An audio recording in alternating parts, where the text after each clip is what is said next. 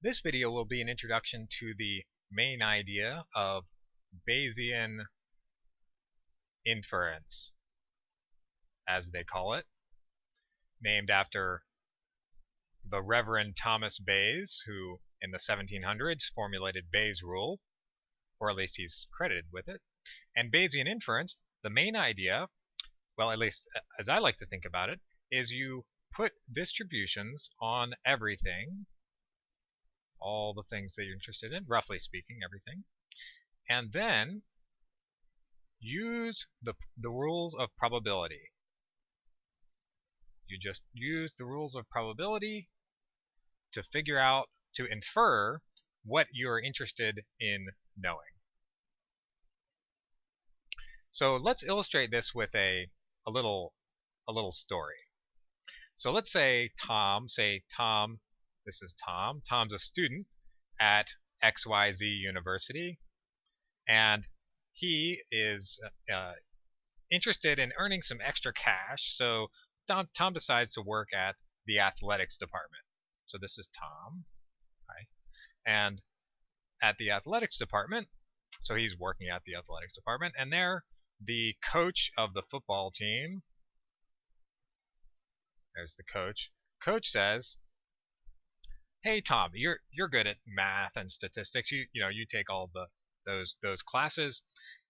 I'm skeptical about the length of our football field. I think that it might not be actually 100 yards long." So here's the football field, and this is American football, by the way, and it's supposed to be 100 yards. But we don't know, or the coach doesn't know at least. And so he says, "Hey Tom, why don't you go and figure out, use all that statistics and stuff, try to figure out how long this football field really is." So Tom says, "Okay, let me think of figure out how to do this." So Tom says, "All right, well, let's see. All I've got here is this. All he's got is a little yardstick. He's only got one yardstick. He doesn't have a nice tape measure or anything, one of those rolly things to measure the length. So all he's got is this yardstick. So he says, all right, well, I'll use this." And he goes out and he makes some measurements. So he has to, line it up a bunch of times here and measure the length. And he very patiently does that, and he comes up with some measurements. So maybe he does that repeatedly since he's very statistically minded. And he gets a first measurement of 101 yards. And then he gets, say, 100.5 and 101.5, something like that. So those are his three. So let's call those x1, x2, and x3. So this is his data. x1, x2, x3. And Tom says, okay, now I know that the Gaussian or normal distribution is good for modeling measurement errors. So why don't I model my measurements here, my xi's, as normally distributed with mean. So the mean, there's some true length. I think there's some true length. So let's say the mean is that true length, and let's call that theta. So let's call theta the true length. And it has my measurements have some variance. Let's say 1 yard, something like that. Keep things simple. And so Tom says to himself, okay, well, now I have this model, and also I should assume that these are independent, or IID, given this theta. And so Tom says, okay, now that I have this, I can compute the maximum likelihood estimate. I can compute theta MLE, which is just the sample mean of my data. So that's just the average. 1 over, let's call n, let's say n is 3. So it's just 1 over n times the sum of the xi's. And here that's just, let's see, so that's just, it's just 101. So that's nice. So we've got the MLE, but it's a point estimate, and so and also, so one thing is it's a point estimate, and the other thing is, you know, Tom says to himself, the football field, I know it's supposed to be 100 yards long, and I haven't really accounted for that at all here. So shouldn't I be sort of taking that into account? The fact that I have some prior knowledge about how long the football field should be. And so he says, okay, well, I know how to do that. So I can always put a prior distribution on theta. So I can take theta to be a random variable and maybe make it normal just to keep things nice and simple. And maybe it's normal with mean 100. It ought to be 100 at least, since that's what our expectation is, and maybe variance 1. So there's something, you might be saying to yourself, well, wait a second. I thought theta was the true length. I mean, the field actually has some true length, and now you're saying that it's random? And Tom says, well, yeah, okay, that is kind of funny, but here's how I'm thinking about it. I'm thinking about it as that this is the probability distribution representing my belief about the true length of the football field before I saw any of the data. So he says, this is just my belief. I'm not saying that the true thing is some random, that the true quantity is actually random. This is just representing my sort of my uncertainty or level of certainty about where it is. Okay, so then using that prior,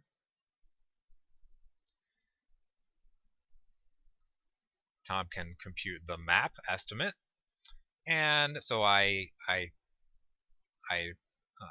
so this is going to be somewhere between 101 and 100, and we did this computation before computing the map, and so I pre-computed this, and you can check that it's 100.75.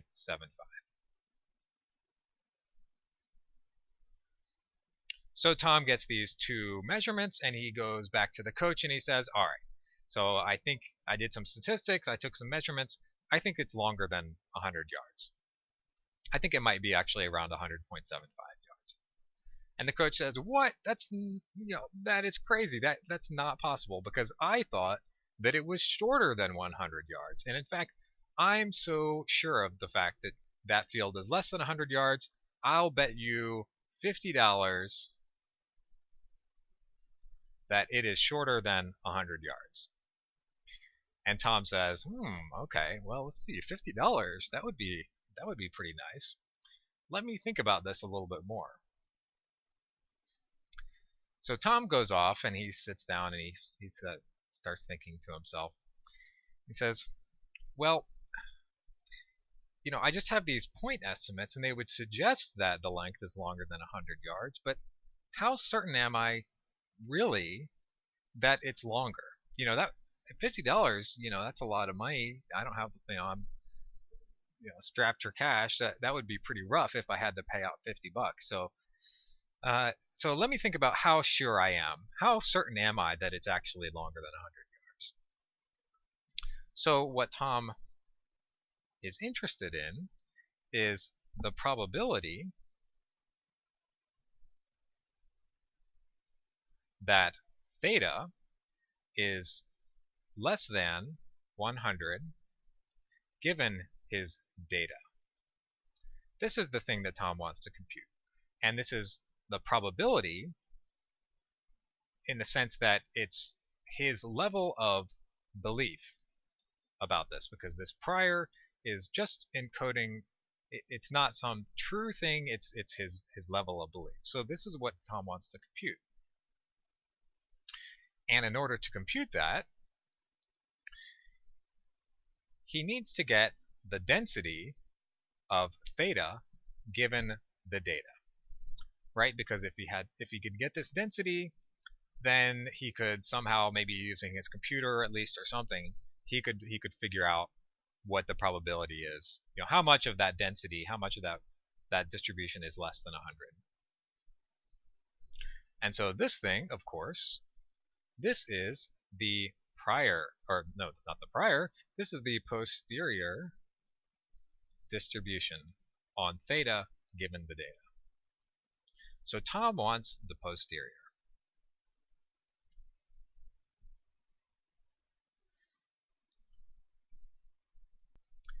And in order to compute it, he starts off, he says, okay, well, I can use Bayes' rule, probability of theta given the data equals probability of the data given theta times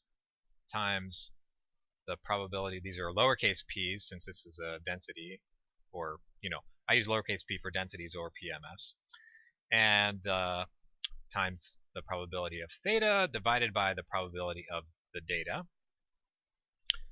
But here, it turns out that, so there's a little trick called, well, it's to write, if you write a distribution as proportional to something else, this is a function of theta, if we can just write it as an expression that's proportional to theta, then we don't need to, then that uniquely characterizes the distribution. So, oh well, I guess we don't. So that's not particularly important here. So, but anyway, he does this, and now he has a defined distribution for his data given theta. That's this product of normals here.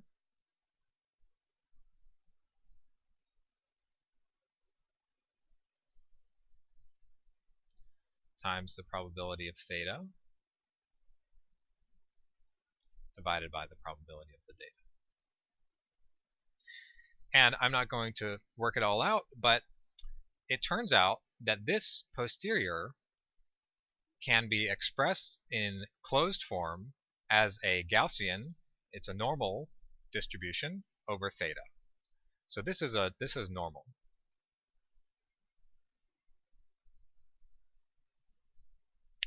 And if Tom works out all the computations, he can analytically compute this and then use a lookup table or, computer MATLAB or something to compute this quantity.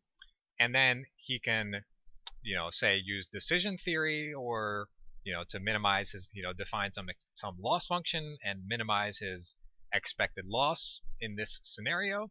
And he can make an informed, a well, justified decision about what to do, whether he should bet the $50 or not. So this is a characteristic sort of Bayesian problem. Now, Tom might also be interested in computing. He might want to know what is the distribution on a new x. So we had these x's. What if he went out and took another measurement? Then this is also normally distributed the same way. And this is the probability of x given the data. This is called the predictive distribution, or sometimes people say posterior predictive. And this, well, theta doesn't appear here at all, right? But x is defined in terms of a distribution given theta. These are IID given. These are, sometimes people say conditionally independent given theta. And x is also conditionally independent of the others. So he needs to integrate out theta. So this becomes probability of x and theta given data. And then this can be factored as the probability of x given, since it's conditionally independent, we can drop the dependence on the data times the probability of theta given the data. And it's a beautiful fact, it turns out, that this also can be integrated analytically, and the predictive distribution is also Gaussian. It's a beautiful fact. And so Tom could actually analytically compute this predictive distribution and use it as well. So this is just a motivating example for, these are some classic sort of Bayesian approach to this type of problem.